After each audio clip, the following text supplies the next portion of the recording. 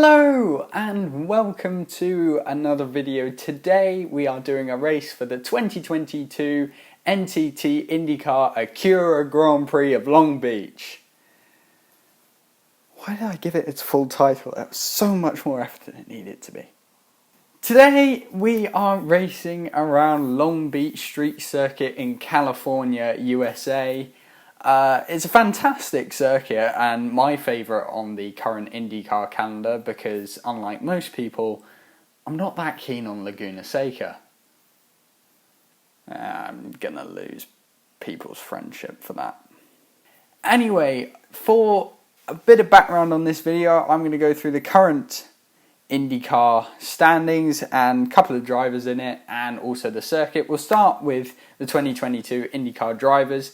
It's a pretty good field this year, and what I thought was going to be incredibly competitive, but one man has a pretty significant gap at the top of the standings, and that man, to I think everyone's surprise, is Scott McLaughlin. The three-time V8 Supercars champion made his debut last year in the series and has absolutely stonked it this year.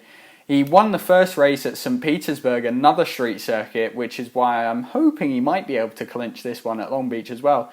And then he was set to win the second race at Texas Motor Speedway, which would have been his only second win and his first at an oval.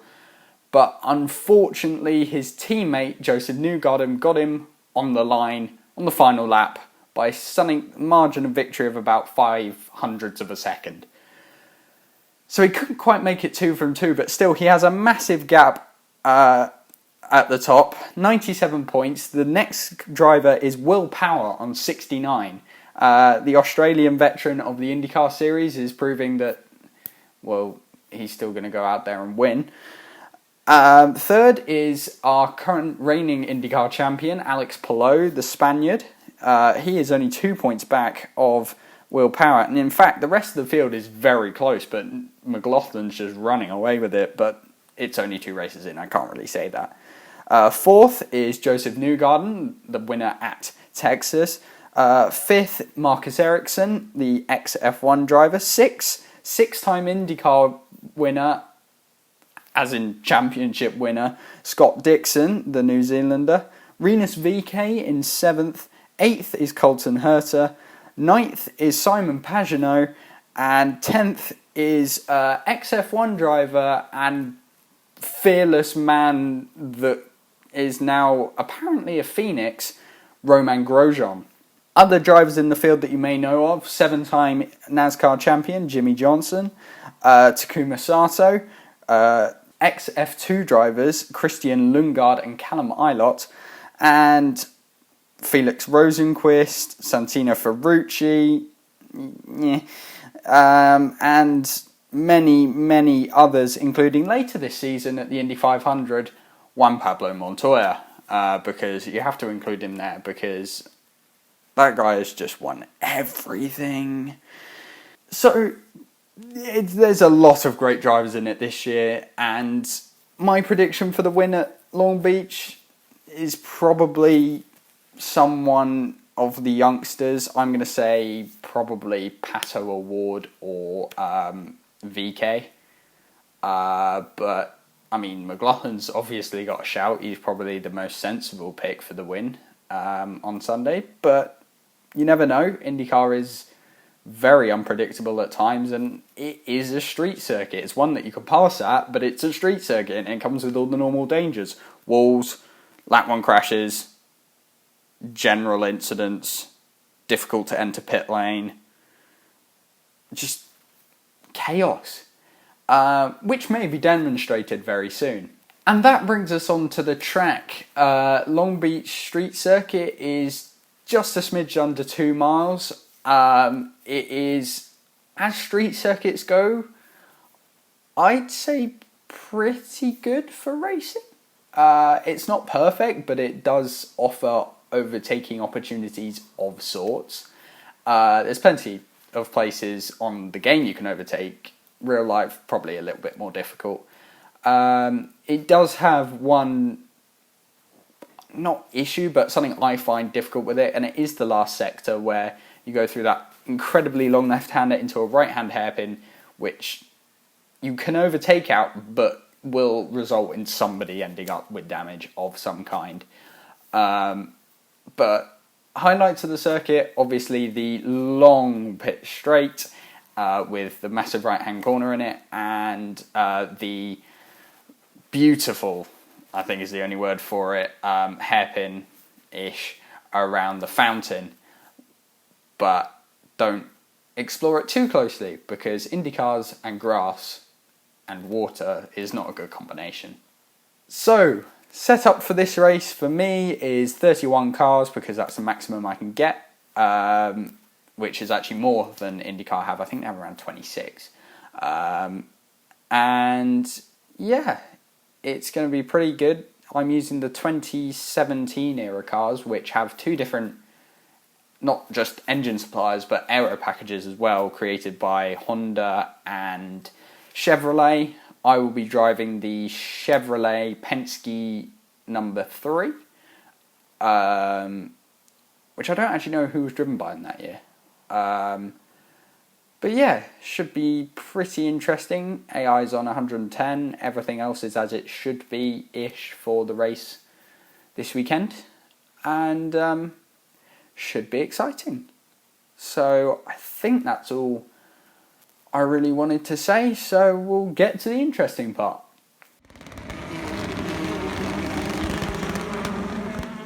So here we go then.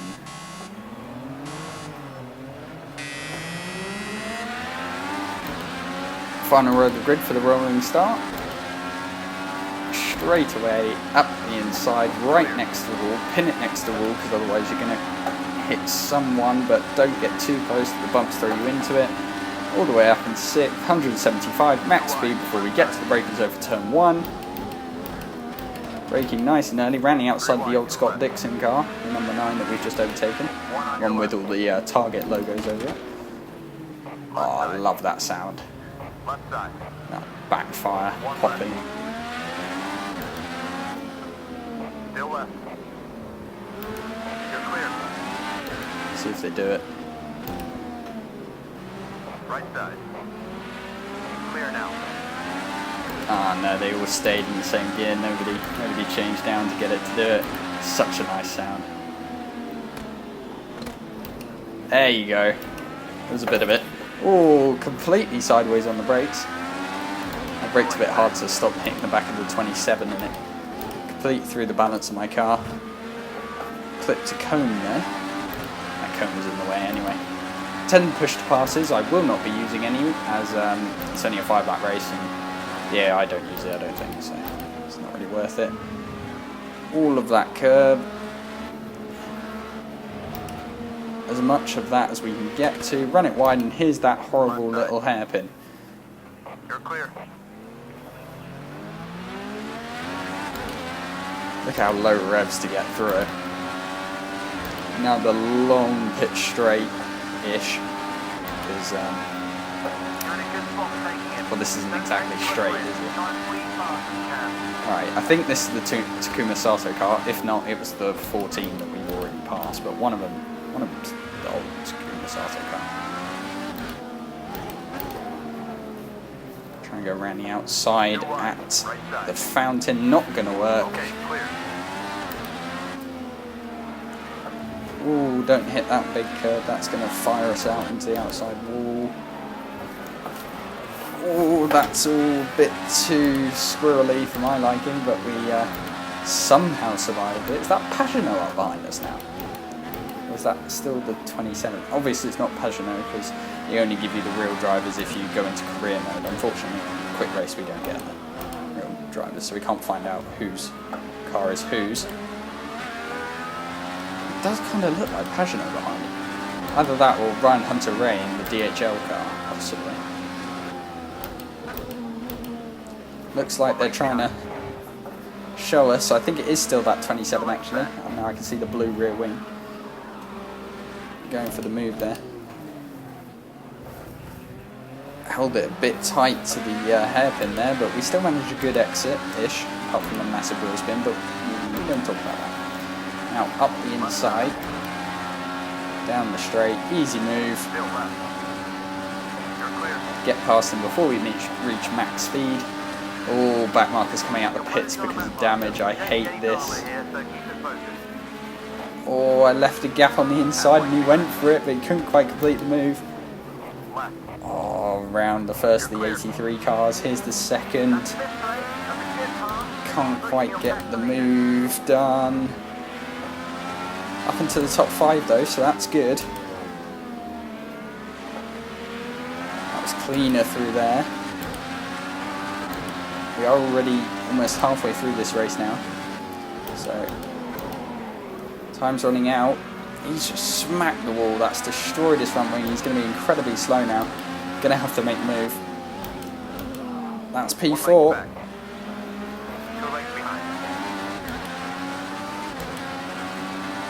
The chase is on.